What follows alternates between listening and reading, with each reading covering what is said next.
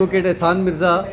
Executive member Pahari tribe ST forum. Bharat Bhushan executive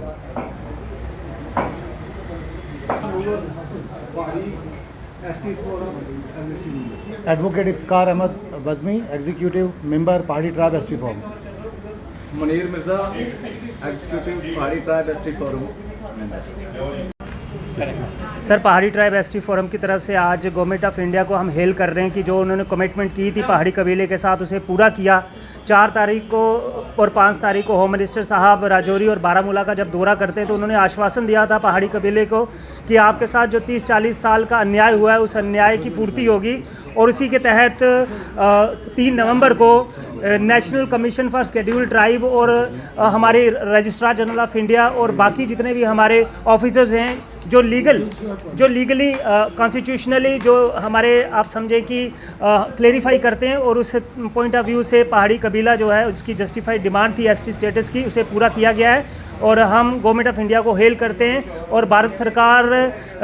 को हमारा यही संदेशा है कि पहाड़ी कबीला जो कि 15 कॉन्स्टिट्यूंसीज हैं हमारी जम्मू कश्मीर के अंदर, जहां उनका वोट जो इफेक्ट करता है, पहाड़ी कबीला और उसकी जनरेशन आने वाली ये एहसान कभी नहीं भूलेंगी। और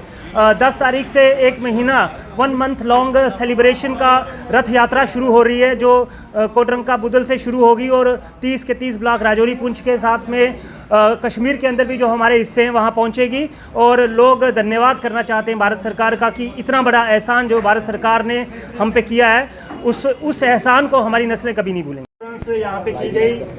कल एक हिस्टोरिक डे था, रेड लेटर डे था पहाड़ी लोगों के, पहाड़ी कबीले की हिस्ट्री के अंदर कि 40 साल से जो कॉन्स्टिट्यूशनल स्ट्रगल चल रही थी वो स्ट्रगल किसी मुकाम तक पहुंची। और जो जीडी शर्मा साहब की रिकमेंडेशन थी जिसे हमारे लेफ्टिनेंट गवर्नर साहब ने होम मिनिस्ट्री में भेजा और होम मिनिस्ट्री से ट्राइबल अफेयर मिनिस्ट्री और फिर उसके बाद national commission for scheduled tribe जो कि हाईएस्ट अप्रूविंग अथॉरिटी होती है, और इन सभी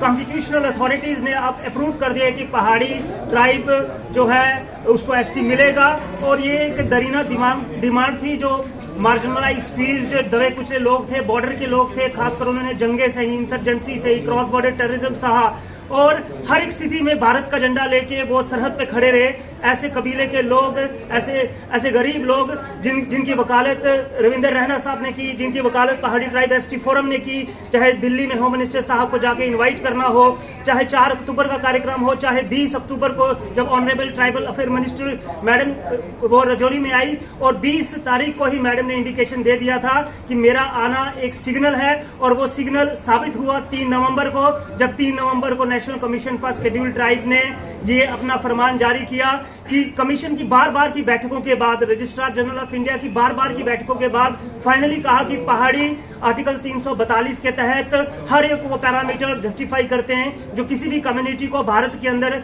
एसटी देने के लिए होती है। और आज हमारे लिए खुशी का दिन है, हर्ष का दिन है, उल्लास का दिन है। इसी सिलसिले में 30 दिन का, 1 महीने का हम जो सेलिब्रेशन का कार्यक्रम है, राजौरी पुंछ के 30 ब्लॉक है, वहाँ 75% आबादी पहाड़ी लोगों की है। 30 के 30 ब्लॉक में उसके अलावा उड़ी, करना, बोनियार जहाँ 16% पहाड़ी रहते हैं, और सेंट्रल कश्मीर और बाकी जो हिस्से हैं साउथ कश्मीर, वहाँ पे भी हमारे कल से ही प्रेस कॉन्फ्रेंसेस हो रही है पहाड़ी ट्राइब एसटी फोरम की। और आने वाले समय में लोग इनवाइट कर रहे हैं पहाड़ी ट्राइब एसटी फोरम को कि आप आइए, हम सेलिब्रेट करना चाहते हैं, हम अपनी खुशी भारत सरकार के प्रति एक्सप्रेस करना चाहते हैं, हम होम मिनिस्टर साहब के प्रति अपनी खुशी एक्सप्रेस करना चाहते हैं। और इतनी बड़ी सौगात जो मिली है ऐसी दबी कुचली कौम को, ये सौगात हमारी नस्लें, हमारी पीढ़ियां कभी नहीं बोलेंगे। और इसी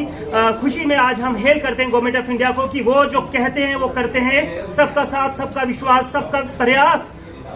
का जो नारा था वो नारा आज जमीनी रूप में, हकीकत की रूप में सामने आया है।